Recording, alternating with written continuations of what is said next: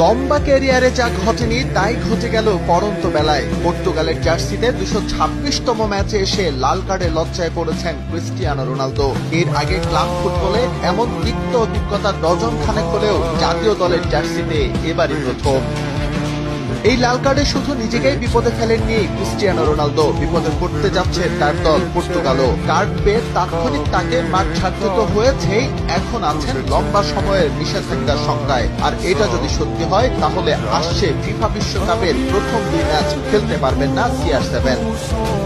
কি এমন কাণ্ড ঘটিয়েছেন রোনালদো, তার জন্য এই বিশাল শাস্তি। আয়ারল্যান্ডের বিপক্ষে বিশ্বকাপ বাছাই ম্যাচে আইরিশ ডিফেন্ডার দ্বারা ওশিয়ারের পিছে গোলই মেরে বসেন তিনি। রেফারি প্রথমে হলুদ কার্ড দেখালেও পরে VAR এর সিদ্ধান্ত বদল করে দেন লাল কার্ড। ফুটবলারদের এমন আচরণে বেশ কঠোর ফিফার আইন। কাউকে কোনোই ঘুষি কিংবা লাথি মারাকে